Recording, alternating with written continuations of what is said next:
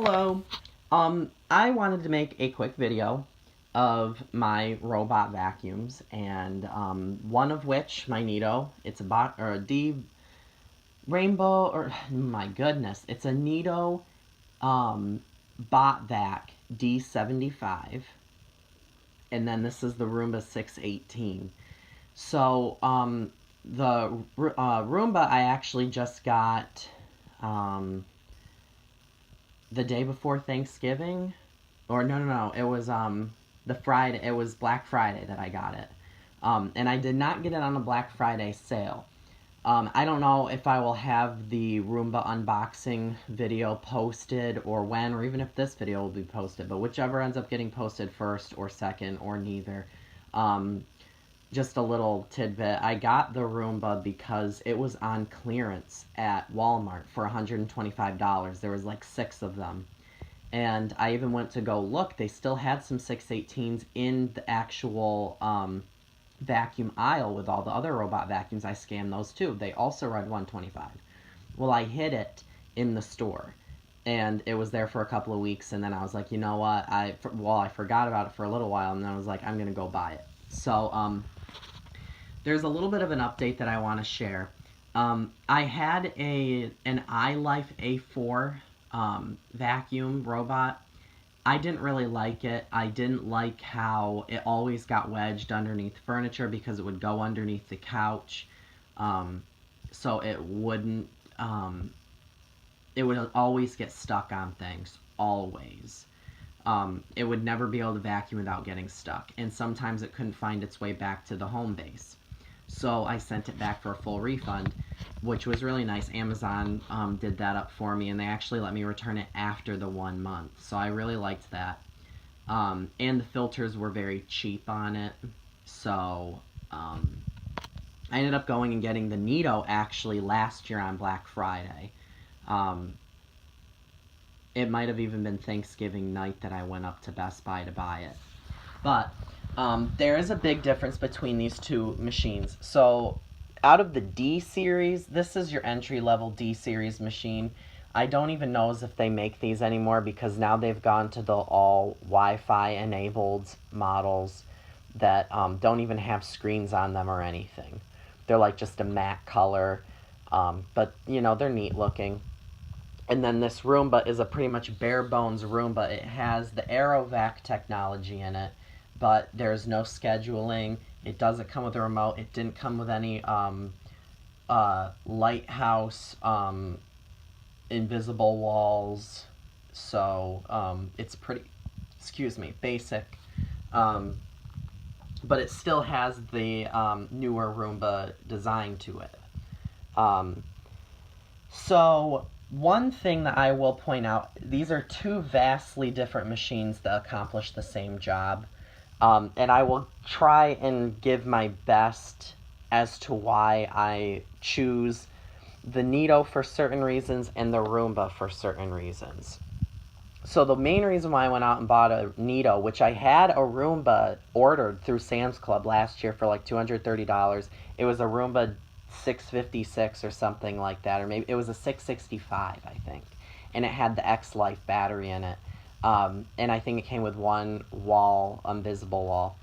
I ended up taking it back, didn't even open it. I got the Neato instead because the Roomba will not come back out after it's done charging to finish the house. But in a way, it's because the Roomba doesn't map things out. It doesn't know where it has been. It just has very high-tech sensors and like built-in maneuvering technology inside of it that helps it clean around obstacles and go along your baseboards and your furniture and things like that. More advanced than the iLife did. Because the iLife also had like wall detection, and it would go along the wall and things, but sometimes it would just randomly stop cleaning along the wall, and it would go do its own thing. The Roomba, it seems to clean around the major furniture well, like the TV stand and the couches and things, so I do really like that. But the Neato actually maps out the whole house. so it knows where it's been, but it only goes over everything one time. And some of you may already know this kind of stuff, but this is for people who are very or not up to date. I actually am making this video because I saw an older elderly couple in Lowe's the day after Black Friday, and they had no idea what they were even buying. They were asking a salesman, of course, that doesn't even make commission, or like a Lowe's worker who didn't even know anything himself about the Roombas. And they were like, oh, does it plug in? Does it have a battery inside of it? How do you empty it? How does it charge? Like, all these basic things that I feel like most people know the answer to. And I could already tell they were expecting one of these machines to be their replacement to vacuuming altogether, which is not. So the nice part about the Neato is it has a nice large dust cup with it. So I just actually replaced the filter. It has not been used with the new filter in it. Has a nice large dirt container. It doesn't have a very great seal. You can hear the filter shaking around in it, but it's got a nice dirt opening. This is where the dirt comes into the vacuum. This is the power switch to turn it on and off when you first get it home. I always leave it on. Unless you're not going to use this thing for a very long time, I would always recommend leaving it on. This is a nice gasket, this gray thing right around in here. And then this whole strip through here is where the suction is, or the airflow comes from. So I really like that about the Neato. It also is, I don't know why it's not, maybe it's because I don't have the dirt bin. There we go. So it'll sing a little bit for you, and it'll tell you its battery and the time, and it also, you can go in and you can schedule it. This is your menu bar down here. You can schedule, you can set the clock. This is all touch sensitive, language, support, and you can schedule it for any day that you want, really, for it to clean. It'll only come out once a day, to clean. And it has a little bit of a lag, but I mean, it's not a smartphone. So you can remove day, you can turn it off, or you can set and change. So you can see I have it set to clean at 3:15 on Mondays and Wednesdays. I used to have it do it on Friday, which is just, if you scroll down, you can see it'll give you the option of doing Friday and Saturday. But Thursday through Saturday, actually Thursday through Sunday, it doesn't clean at all. So you just hit the back button to clear out of that. And you cannot change the background. As also, I just want to mention, this is your sensors. This is how it maps out the room, is up here. And if you flip it over, which it'll squeal a little bit, as you can hear, you have a rubber brush roll, so no hair gets trapped around this. And they're kind of thin blades, so they do actually work very well. And you have a sensor here and a sensor here for drops, for cliff detection. It has a nice wide brush roll. I mean, this is pretty comparable to a full-size upright vacuum or a canister. It's a bigger cleaning area across than my Shark uprights, so that's something to note. And this pops off. Your wheel pops off too. It just holds in there with a magnet, and you can completely remove the brush roll to clean it out. And there's your dirt inlet. So it's very much designed like a full-size upright vacuum or a canister, for those who don't know or have never really seen one of these before. And you also have a squeegee mechanism here. And you can see it's pretty dirty, but that's because it cleans the carpet pretty well. So it's snapped on there, and then this just goes in with like a magnet, and it has rear wheels here, it has front wheels here, and then it has its main drive wheels, which are nice. They're very resistive, they're substantial, and they've got a nice rubber grip to them to really propel it across thick carpeting. And this is going to be your best bet if you have a thick pile carpet, okay, is a Neato.